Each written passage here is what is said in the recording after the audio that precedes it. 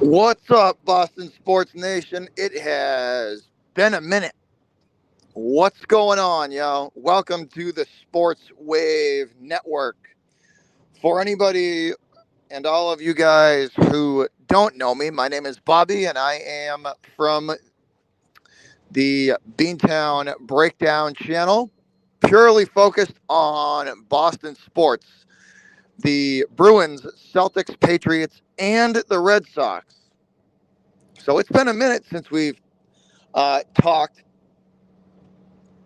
And there has been a lot going on lately in the world of Boston sports. We have been busy in this city. The Celtics and the Bruins all are into their playoff runs, and so far so good. Each leading their series 3-1. But let's jump right into it, y'all. Good morning.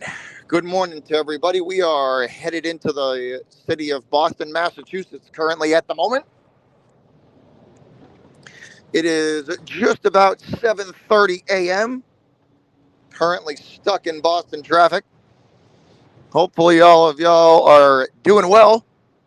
So let's dive into this. Let's dive on in. First of all, let's start off with the Bruins. The Bees facing their nemesis, the Toronto Maple Leafs, and they lead the series 3-1. They are set to eliminate the Leafs with one more W and move on into the second round. The Leafs losing in the first round, nothing new around the world of hockey. That's kind of been their norm. But the Bruins playing well so far. Boston has looked pretty good throughout the series. They have happy to see that.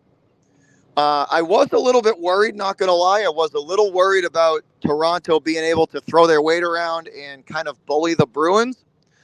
But uh, to our benefit, Toronto really hasn't been. They've kind of got away from that physical game and tried to skate with the Bruins, which is a massive mistake. The Leafs are not built to do that. They are not a fast team at all. They are a big physical team, and their style of play should be to just kind of beat you into submission like the Bruins of 2011 did through their playoff runs. So it's definitely benefiting the Bruins to see the Leafs kind of get off their game and and play right into the Bruins' advantage. But one more win and Boston moves on. Hopefully they can continue the same style play they've had here in Toronto. Quick puck movement through the neutral zone, good passing, and taking the opportunities that they get in front of the net. Good overall, pretty happy. There are times where the Bruins have lost their way and they tend to chase the puck, which never ends up well for them. Like I said before, I am kind of surprised that this series uh, is not going as well for Toronto. I thought that they would absolutely put up a fight and this would go 7 games, but it doesn't look like that. It looks more and more likely that the Leafs will be going home.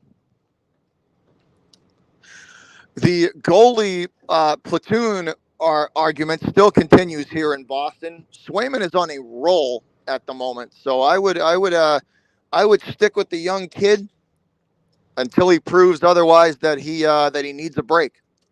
But Swayman clearly owns the team. Clearly, that's taken nothing away from Allmark, but having Allmark on the bench is definitely not a bad thing. Two of the better goalies in this league on one team is not a bad thing at all. But for me, I know Coach Montgomery had said that he was going to roll with the goalie platoon, but I don't know if I technically agree with that. Until Swayman proves otherwise, in my opinion, he should start. He should be in net, and going forward. But once again, that takes nothing away from Allmark. He is an incredible goalie, and having that as a backup plan is not a bad thing. As for who they're going to get going forward and who they have to get or who they have to go through to get to the cup, it's definitely going to be a gauntlet. There are a lot of big physical teams left to play. Um, much more uh, comfortable in that style of play than the Leafs are.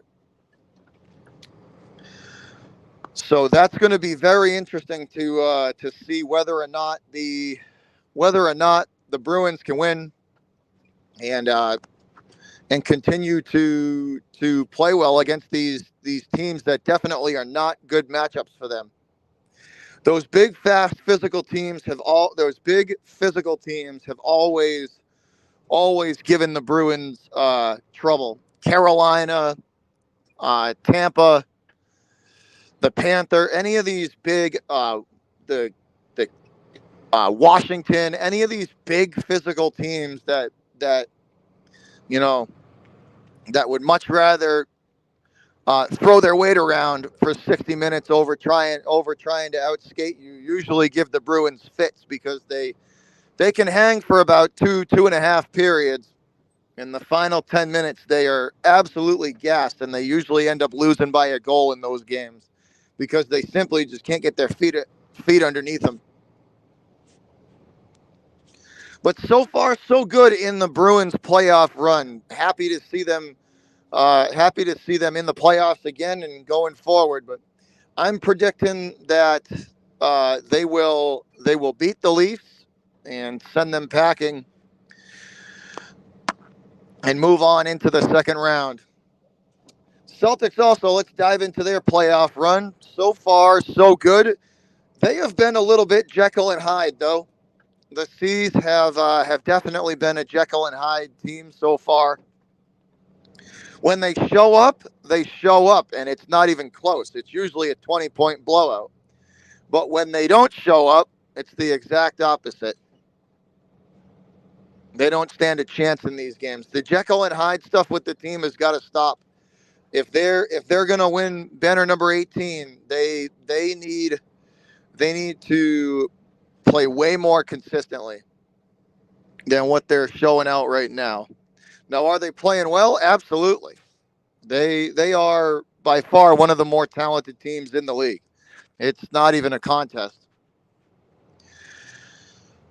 The big news coming out of the last game was the KP injury. He leaves with I believe they're calling it calf tightness, and he is undergoing some testing. I believe it's a CT and an MRI scan to see what's kind of going on there. But if we lose him, that's going to be a massive blow to this team and drastically decrease their chances of winning the title. Drastically. Derek White had a career night, 38 points for the Great White.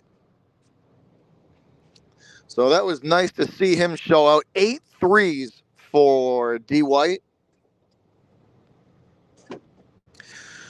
Once again, do I think the Celtics have a shot at winning the championship? I think there's a shot there. But just like the Bruins, they are not going to have an easy go of it. There's a lot of talented teams that they have to get through. Do I suspect them to get to the finals as long as they don't shoot themselves in the foot? Yes. Do I think they have the stamina to get there? Absolutely. The stamina, the talent. The one thing that worries me is the coaching department. Every game that we play, we're going to be outmatched in the coaching. Missoula is a young, inexperienced coach. And a lot of these coaches that he's going to face are, I mean, I'm probably going to ruffle a lot of feathers, but they're better than him. They're going to be better than him. So he's going to have to coach his ass off and learn from his mistakes from last year if they're going to win the title this year. Do I fully suspect them to get to the finals? They should. They should. Now, running to Denver, that's going to be a different story. They will more than likely run into the Nuggets in the finals because I think that Denver is going to be the team to beat coming out of the West. I uh, I don't know how they're going to fare against that team. Denver has absolutely figured it out. Everyone in that team falls into a role and they play those roles exceptionally well. Jokic is just on a different level. We haven't seen a player like that in a long time. Him and Jamal Murray work very, very well together. They just the chemistry that they have just continues to build, and it's going to be a problem. Those two are going to be a massive problem, and not only just them as a team, they are motivated, they are talented, and they're going to be looking to repeat.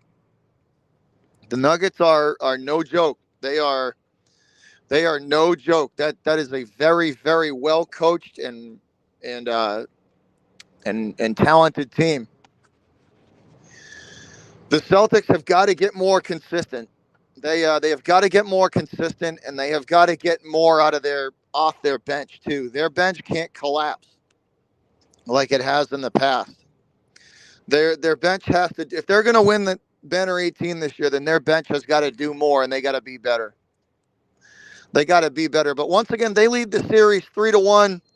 They, just like the Bruins, I fully expect the Celtics to send the Heat packing and and uh, and move on into the next round. I mean, I said it last. I believe I said it last year as well. We are going to see how far the Celtics can go on pretty much talent alone. We are going to see how far the Bruins can, the Celtics can go on talent alone. Not taking anything away from Missoula though. He's done a good job so far. I just think he's going to be out. He's going to get outmatched as we move farther into the playoffs. These coaches that we're going to see moving forward have been there and done that, and they know how to counteract and how to take away star players. They've done it before, and they're going to continue to do it. So, the challenge is a good one coming up for the Celtics. But I do hope we get another championship parade. I'd like to see the Celtics have another duck boat parade. It's been a minute since we've had one, and I'm looking forward to continuing to watch them through their playoff run. The Red Sox are the Red Sox. Let's dive into them. They are just a god awful dumpster fire mess. They are a dumpster fire floating down a river of shit with no paddle. It's a mess.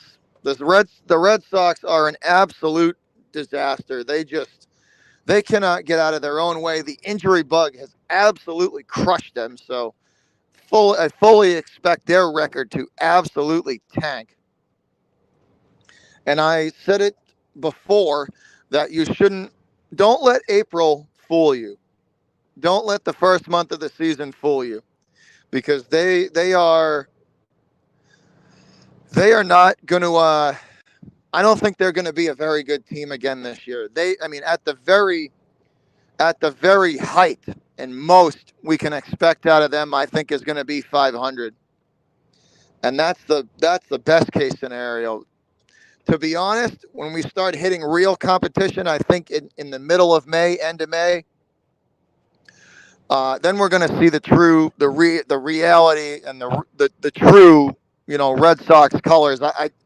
This team to me is a 78, 79 win team at the most, best case scenario. But I don't expect much out of them. John Henry has shown that he clearly just does not care about this team and won't and doesn't invest much time, money, and effort into them. He spent $3 billion on a PGA partnership and probably didn't even spend a quarter of that on the Red Sox. His interests and his attention are elsewhere. The Red Sox to John Henry are nothing more than a side gig. And if that's how it's going to be, and if you're not going to fully invest in the team and make no moves to improve it and just kind of sit on it as an asset, then you should probably sell it. Henry should probably just sell the team, get his money, and hand off the responsibilities to somebody else. The fans are tired of him. His own people in the building are getting tired of the way he manages it, and the players are tired of it. They should probably just sell the team. And that's what I'm hoping for. Because I don't think we're going to see any type of real change in the Reds at Fenway, in the play and in the front office. I don't think we're realistically going to see any type of change. I don't think we're realistically going to see any type of change unless it starts from the top. But let's dive into the Patriots, and the draft. There was very, very clearly a message sent this year with the draft. Patriots select 7 offensive players. I believe 7 out of their 8 picks were offense. A very clear agenda was agreed upon by upper management and the coaching staff and the talent evaluation that they were going to focus on the offense this year, and they did. They added Drake May. They added 2 receivers. They added a lineman. It was very, very clear that this was an offensive centric draft for them, and that's what they were going to address. They saw how the offense struggled last year, and they selected hopefully their quarterback of the future, and they did the best they could to set him up, to help him. They set him up. They did the best they could to set him up for success. Will it pan out? We shall see. So he's got a couple of new weapons. He's got some running backs. They saw what had happened when they selected Mac Jones, and this team wasn't ready for a quarterback. And I believe they did everything they could to address that.